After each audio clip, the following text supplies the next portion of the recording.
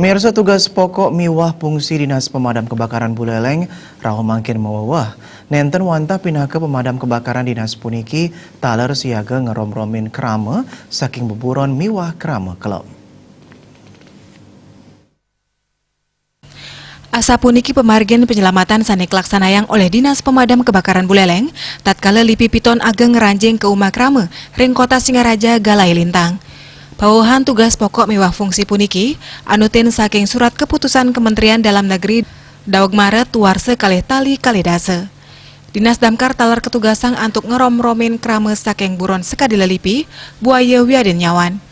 Tios punike petugas damkar selanturnya ni pacang wantu BPBD miwah Basarnas antuk ngevakuasi korban tenggelam wiadin angge sane ulung ke Semer.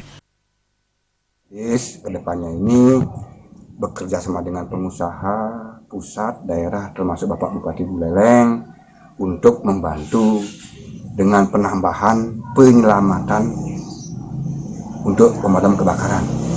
Kemudian yang selanjutnya tadi juga untuk penyelamatan di luar binatang seperti yang mudah-mudahan tidak ada orang tenggelam, kemudian ada orang tersangkut di pohon dan sebagainya lah. Itu menjadi tugas kami juga pemadam kebakaran dan bekerja sama juga dengan BPBD Basarnas.